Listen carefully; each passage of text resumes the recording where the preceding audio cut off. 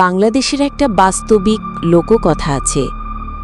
মা বাবার একমাত্র সন্তান, হোক ছেলে বা মেয়ে, একজন সন্তান যেই মা বাবা থাকবে সেই সন্তানের অনেক বিপদ হয়। যেমন সড়ক দুর্ঘটনায় মারা যাওয়া, ভুতুড়ে ঘটনা, জিন পরীর মতো খারাপ শক্তির প্রভাব তাদের উপর অনেক বাজেভাবে পড়ে। পুকুরে নদীতে গোসল করতে গেলে ডুবে মরে যাওয়ার সম্ভাবনাও অনেক বেশি। পানির নিচে অদৃশ্য খারাপ শক্তি থাকে, কেউ তার নাম বলে শিকল। আবার নদীতে এই অদৃশ্য খারাপ শক্তির নাম হয়ে যায় গঙ্গিমা। এই গঙ্গিমা নদীতে গোসল করতে আসা মা বাবার একমাত্র সন্তানকে তার কাছে নিয়ে যায়। নিয়ে যাওয়ার পর গঙ্গিমা তাকে মেরে ফেলে। এসব বিষয় নিয়ে আজকে আমাদের বাস্তবিক গল্প ইমেইলের মাধ্যমে লিখে পাঠিয়েছেন রাকিব নামের একজন। আমরা তার গল্পটা আমাদের মতো করে গুছিয়ে মার্জিত করে আপনাদের পড়ে শোনানোর চেষ্টা করছি। আশা করি আপনাদের ভালো লাগবে। গল্প শুরু হলো এখান থেকে। আমার নাম রাকিব।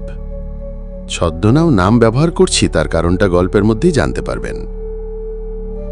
আমার জীবনের একটা সত্য ঘটনা শেয়ার করছি।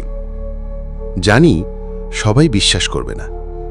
এই যুগে এসে এই ধরনের ঘটনা কেউ বিশ্বাস করার কথা না, তবু লিখলাম, যদি কারো উপকারে আসে বা বিশ্বাস হয়। আমার বাড়ি বাংলাদেশের দক্ষিণ অঞ্চলের এক গ্রামে। গ্রামের নামটা বলছি না, কারণ গ্রামের মানুষ এখনও এসব নিয়ে কথা বলতে ভয় পায়। এই ঘটনাগুলো সত্যিকারে বাস্তব জীবনে ঘটে চলেছে এখনও 2025 সালে পর্যন্ত। আমাদের গ্রামটা মোটামুটি মফস্বল গ্রাম বলা যায়। গ্রামের চারপাশে গাছপালা, বাড়িঘর, মাঠ ঘাট, স্কুল কলেজ, আর গ্রামের ঠিক একপাশে একটা বিশাল পুকুর, যার নাম মোরা খালের পুকুর। এই পুকুরটা আগে একটা খালের সাথে সংযুক্ত ছিল। খালটা শুকিয়ে মরে যাওয়াতে পুকুরের নাম হয়ে গেছে মরা খালের পুকুর। এই পুকুরটা এত বড় যে 3টে এলাকা নিয়ে গড়ে উঠেছে। পুকুরের চারপাশে বড় বড় গাছ, পুরনো বাঁশ ঝাড়, আর কিছু জায়গায় কচুরিপানা জমে থাকে। শীতকালে পুকুরের পানি একটুও কমে না, আর বর্ষায় তো পানি আরো ফুলে ফেপে ওঠে, থই থই করে। এই পুকুর নিয়ে ছোটবেলা থেকেই অনেক গল্প শুনেছি। তার মধ্যে সবচেয়ে ভয়ের কথা হলো, প্রতি বছর এই পুকুরে 2 থেকে 3 জন মানুষ আকস্মিকভাবে ডুবে মারা যায়। আর সবচেয়ে আশ্চর্য বিষয় হলো, যারা ডুবে মারা যায় তারা সবাই মা বাবার একমাত্র সন্তান। বিশেষ করে ছোট ছেলেমেয়েরা দলভেদে গোসল করতে নামে, কিন্তু পরে 1জন বা 2জন পুকুর থেকে আর উঠতে পারে না। 2-1 দিন পরে তাদের লাশ পুকুরের কোনো এক পাশে ভেসে ওঠে। এই ঘটনাগুলো এতবার ঘটেছে যে এখন গ্রামের মা বাবারা সবাই জানে যে এই পুকুরে একমাত্র সন্তানদের গোসল করতে নামা মানে মহা বিপদ ডেকে আনা। আমি ছোটবেলা থেকেই মা বাবার একমাত্র সন্তান। আমার মা সব সময় আমাকে নিয়ে ভয় পেতেন। বিশেষ করে মা বলতেন, তুই মরা খালের পুকুরে কখনো গোসল করতে নামবি না, একমাত্র সন্তানদের এই পুকুরে নামা নিষেধ। আমি ছোটবেলায় এসব শুনে হাসতাম আর মনে মনে ভাবতাম, আমার এসব কিছুই হবে না।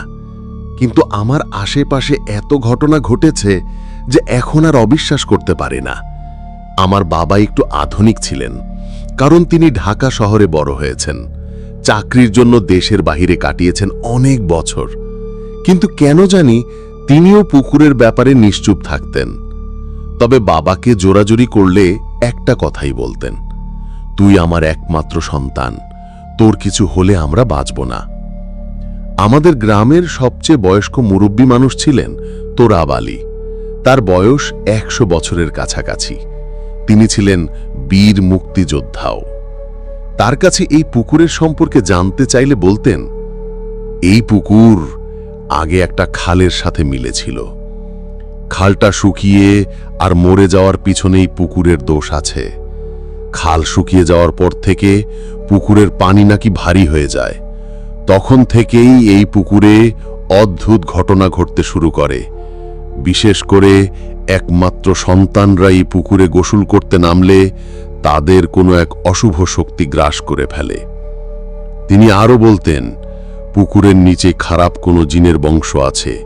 তারা পুকুরের নিচে ব্যবহার করে অদৃশ্য শিকল।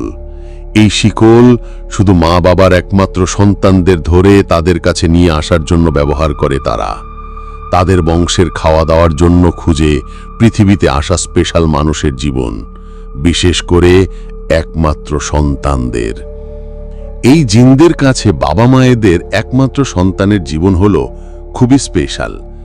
এই জন্যই বাবা মায়ের একমাত্র সন্তানদের এই পুকুরে গোসল করতে বা পুকুরে নামতে একেবারে নিষেধ করে দেওয়া আছে।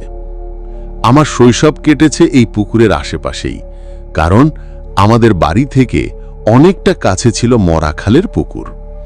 আমার বন্ধুরা সবাই এই পুকুরে ঝাঁপিয়ে লাফিয়ে গোসল করত, সাঁতার কাটত, মাছ ধরত। আমিও মাঝে মাঝে লুকিয়ে লুকিয়ে তাদের সাথে যেতাম। কিন্তু যখন মা জানতে পারত আমি মরাখালের পুকুরে গিয়েছিলাম গোসল করতে, ওই দিন আমাকে অনেক মারত আর বকাঝকা করত।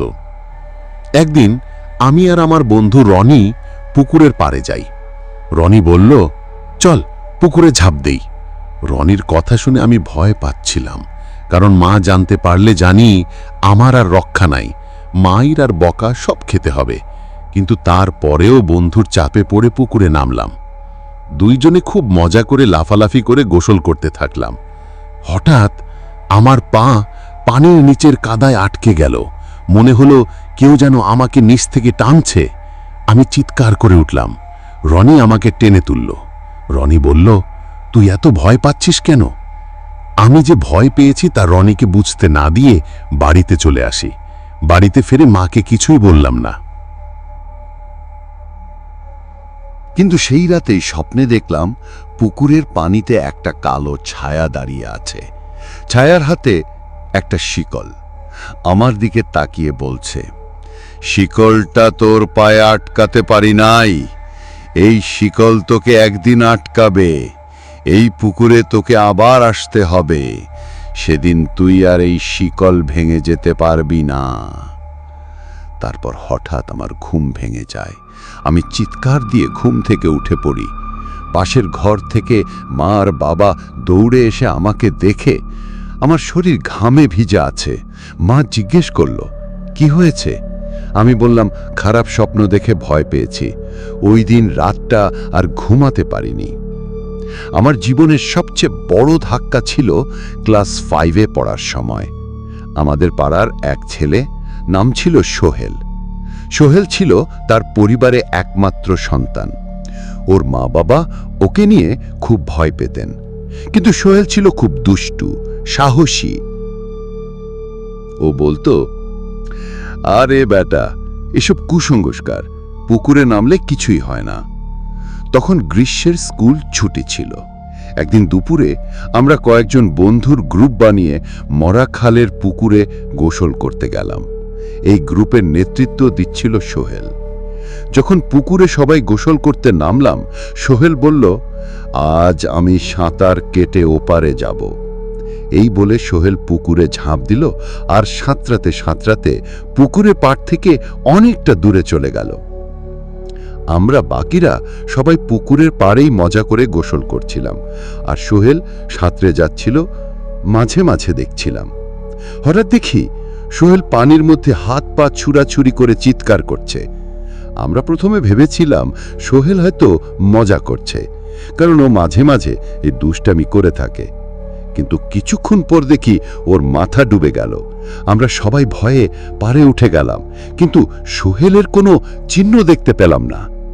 10 মিনিট পর্যন্ত আমরা সোহেলকে পুকুরে পাড়ে থেকে খুঁজলাম, কিন্তু পেলাম না। তখনই আমাদের মনে ভয়ের এক ঠান্ডা বাতাস বয়ে গেল। আমরা সবাই দৌড়ে গিয়ে এলাকার বড়দের ডেকে নিয়ে আসি। তারা 10-12 জন পুকুরে নেমে সোহেলকে খুঁজতে শুরু করল। তারা অনেক খোঁজাখুঁজি করল। খুঁজতে খুঁজতে 2 ঘন্টা সময় চলে যায়, কিন্তু সোহেলের কোনো দেখা পেল না। বিকেল 5টা বেজে গেল। আশেপাশের মসজিদগুলোতে আছর নামাজের আজান হচ্ছে। ঠিক তখনই পুকুরের পূর্ব পাশের থেকে সোহেলের লাশ ভেসে উঠল। লোকজন দৌড়ে সাঁতরে গিয়ে সোহেলের নিথর দেহটা তুলে নিয়ে আসলো পুকুরের ধারে। দেখলাম সোহেলের চোখ খোলা, চোখগুলো বড় বড় হয়ে আছে। মনে হচ্ছে অনেক ভয়ের কিছু দেখেছে সোহেল। মুখে আর নাক দিয়ে কালো রক্ত বের হয়েছে। চেহারা, মাথায়, হাতে, বুকে, পিঠে, পুরো শরীরে জুড়েই কাদা মাটি লেগে আছে। পায়ের দিকে তাকাতেই খেয়াল করল সবাই, বাম পায়ের কবজিতে গোল করে একটা রক্ত জমার দাগ। মনে হচ্ছে পায়ে কেউ শক্ত কিছু দিয়ে বেঁধে রেখেছিল। কিছুক্ষণের মধ্যেই সোহেলের মা খবর পেয়ে চলে আসে। তারপর শুরু হয় সোহেলের মায়ের হৃদয় বিদারক কান্না। কান্নায় পাগলের মতো হয়ে পড়লেন তিনি। শুরু করলেই মাটিতে শুয়ে দাপড়া দাপড়ি, কোনোভাবেই তাকে আটকানো যাচ্ছিল না। বিলাপ করে বলতে শুরু করলেন, আমি তো বলেছিলাম এই মরার পুকুরে নামতে না, তুই শুনলি না, তুই একমাত্র সন্তান আমার, আমি এখন কাকে নিয়ে বাঁচব? সেই দিনটা ছিল আমার জীবনের সবচেয়ে ভয়ঙ্কর দিন, যা আমি কখনোই ভুলব না।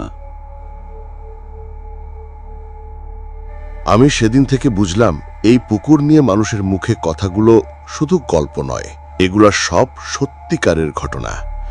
কেউ বলে রাতে পুকুরের ধারে গেলে অনেক সময় অদ্ভুত আওয়াজ শোনা যায়। কেউ যেন বিলাপ করে কান্না করছে, কখনো মেয়ের কান্না, কখনো ছেলের কান্না, আবার কখনো বাচ্চাদের কান্না আওয়াজ শোনা যায়। আবার রাতে কেউ পুকুরের পাড়ে গেলে বা পুকুরের পাশে দিয়ে গেলে অদ্ভুত রকমের ছায়া দেখতে পায়। কেউ কেউ বলে সাদা কাপড় পরা মেয়ে দেখেছে, আবার কেউ বলে কালো ছায়া দেখা যায়। একবার আমার এক চাচা, নাম ছিল মনির, রাতের বেলা কাজ শেষ করে বাসায় ফিরে পুকুরে যায় গোসল করতে। তিনি বলেছিলেন, আমি দেখেছি পুকুরের পানির ওপর দিয়ে সাদা কাপড় পরা একটা মেয়ে হেঁটে যাচ্ছে। আমি চিৎকার দিয়ে দৌড়ে বাড়ি চলে এসেছি। এক বয়স্ক মহিলা মরাখালের পুকুরের পাশে ঘেঁষে তার বাড়ি ছিল। তিনি বলেন, রাতে পুকুরের থেকে কারো কান্নার আওয়াজ শোনা যায়, মনে হয় কেউ ডেকে বলছে, আয় আয় আমার কাছে আয়। সোহেলের মৃত্যুর পর অনেক মাস কেটে যায়। অনেক দিন পুকুরের ধারে যাওয়া হয় না। একদিন বিকেলের পরে সন্ধ্যা হবে কিছুক্ষণের মধ্যে, এমন সময় কি মনে করে যেন আমি মরাখালের পুকুরের পাড়ে যাই, গিয়ে কিছুক্ষণ দাঁড়িয়ে থাকি আর সোহেল বেঁচে থাকার সময় ওর সাথে সময় কাটানোগুলো মনে করতে থাকি। হঠাৎ দেখি পুকুরের পানি অদ্ভুতভাবে কাঁপছে। জোরে ঠান্ডা বাতাস শুরু হলো, চারপাশে কুয়াশায় অন্ধকার শুরু হলো, আর একটা শব্দ কানে ভেসে আসতে থাকলো। মনে হলো কেউ আমার নাম ধরে ডাকছে। আমি জোরে দৌড় দিলাম। দৌড়াতে দৌড়াতে পিছন দিকে তাকালাম, দেখলাম কেউ নেই, কিন্তু আমি শব্দটা স্পষ্টভাবে শুনতে পেরেছি। রাকিব, রাকিব, আমার নাম ধরে ডাকছে। আমি দৌড়ে বাড়ি চলে এলাম। ওই দিন রাতে সেই বাজে স্বপ্নটা আবার দেখলাম। পুকুরের পানিতে একটা কালো ছায়া দাঁড়িয়ে আছে। ছায়ার হাতে একটা শিকল। আমার দিকে তাকিয়ে বলছে, শিকলটা তোর পায়ে আটকাতে পারি নাই, এই শিকল তোকে একদিন আটকাবে। এই পুকুরে তোকে আবার আসতে হবে, সেদিন তুই আর এই শিকল ভেঙে যেতে পারবি না। ঘুম ভাঙতে দেখি শরীর ঘামে ভিজে আছে। আশ্চর্য হলাম তখন যখন দেখলাম মা আমার বিছানার পাশে বসে আছে। আমি উঠে বসলাম। মা আমাকে বলল, অনেকক্ষণ ধরে তোর ঘর থেকে গোঙানির শব্দ পাচ্ছিলাম, তাই আমি তাড়াতাড়ি তোর ঘরে এসে দেখি তুই বিছানার মধ্যে হাত পা ছোড়াছুড়ি করছিলি। তুই নিশ্চয়ই আবার পুকুরের ধারে গিয়েছিলি। আমি কিছু বললাম না, মাথা নিচু করে চুপ করেছিলাম। মা আবার বললেন, তুই আমার একমাত্র সন্তান, তোর কিছু হলে আমি বাঁচব না। মনে রাখিস, এই মরাখালের পুকুরের যে পানি আছে এটা কোনো সাধারণ পানি না, এই পানি আমাদের জন্য অভিশাপ। মা তখন আমাকে একটা ঘটনা বলে। অনেক বছর আগে ঘটনা এটা। 1971 সালের দেশের যুদ্ধের পরের কথা। জেসমিন নামের এক বিধবা নারী ছিল। তার স্বামী যুদ্ধের সময় যুদ্ধ করতে গিয়ে মারা যায়। জেসমিনের একটা 7 বছরের ছেলে ছিল। তখন এই পুকুরটা খালের সাথে মিল ছিল। খাল আর পুকুরের পানি সমান সমান ছিল। একদিন জেসমিন তার একমাত্র ছেলেকে নিয়ে এই পুকুরে গোসল করতে যায়। তার ছেলেকে পুকুরের পাড়ে বসিয়ে রেখে কাপড় ধুতে থাকে জেসমিন। কাপড় ধোয়ার এতই ব্যস্ত ছিল যে সে খেয়াল করতে পারে নাই যে তার ছেলেটা পুকুর পাড়ে খেলা করতে করতে পুকুরে নেমে গিয়েছে। জেসমিন কাপড় ধোয়া শেষ করলে তার ছেলেকে খুঁজতে খুঁজতে পুকুরে পানিতে তাকিয়ে দেখে তার ছেলেটির নিথর দেহ পুকুরের পানিতে ভাসছে। এই ঘটনার কিছুদিন পর একদিন জেসমিনের লাশ এই পুকুরে ভেসে ওঠে। যখন জেসমিনের লাশ উপরে ওঠানো হয় তখন তার পায়ে একটা দড়ি দিয়ে কলসি বাঁধা পাওয়া যায়। সবাই তখন ধরে নেয় জেসমিন নিজের ইচ্ছায় তার জীবন দিয়েছে। এমনিতেই তার স্বামী যুদ্ধের সময় যুদ্ধ করতে গিয়ে মারা যায়, এইটা একটা শোক। তার উপর তার ছেলে পানিতে ডুবে মরে গেল, আরেকটা শোক সে নিতে পারে নাই। সেই থেকে এখন পর্যন্ত এই পুকুরে মানুষ মরতে থাকে। বিশেষ করে একমাত্র সন্তানরা এই পুকুরের খারাপ নজরে পড়ে। আমি এখন বড় হয়েছি, ঢাকায় পড়াশোনা করি, কিন্তু গ্রামের বাড়ি গিয়ে মরাখালের পুকুরের ধারে গেলে এখনো বুকটা কেঁপে ওঠে। মনে হয় সোহেল আমাকে এখনো ডাকে, আয় চল একসাথে পুকুরে গোসল করতে নামে, পুকুরের পানিতে লাফালাফি করি। মা এখনো আমাকে বলে, তুই পুকুরের ধারের কাছে যাবি না। কিন্তু আমি এখন জানি এই অভিশপ্ত পুকুরের কাছে অহংকার চলে না। এই পুকুরে শুধু পানি আছে তাই না, পুকুরের গভীরে লুকিয়ে আছে অনেক কিছু। এই ছিল আমাদের গ্রামের অভিশপ্ত মরাখালের পুকুরের ঘটনা। আমি জানি অনেকেই এই গল্প শুনে হাসবে, অনেকে বলবে এটা কুসংস্কার, এটা মিথ্যা, এটা নিছকই ভয়ের গল্প। কিন্তু আমি বলবো, চোখে না দেখলে কেউ বিশ্বাস করতে চায় না, কিন্তু যারা একবার সত্য নিজের চোখে দেখে তারা চুপ হয়ে যায়। আমার অনুরোধ, যদি আপনারা কেউ মা বাবার একমাত্র সন্তান হয়ে থাকেন তাহলে পুকুরে অথবা নদীতে নামার আগে 100 বার ভেবে নেবেন। আমার গল্পটা যদি কেউ শুনে থাকে আর যদি একজনও সচেতন হয় তাহলে আমার এই সত্য ঘটনা লেখা সার্থক হবে। সবাই ভালো থাকুন। নদী বা পুকুরের কাছে কখনো অহংকার নিয়ে যাবেন না। নদী আর পুকুরের পানির গভীরে লুকিয়ে আছে 1000 বছরের অভিশপ্ত ইতিহাস। সচেতন থাকুন এবং মা বাবার কথা শুনুন।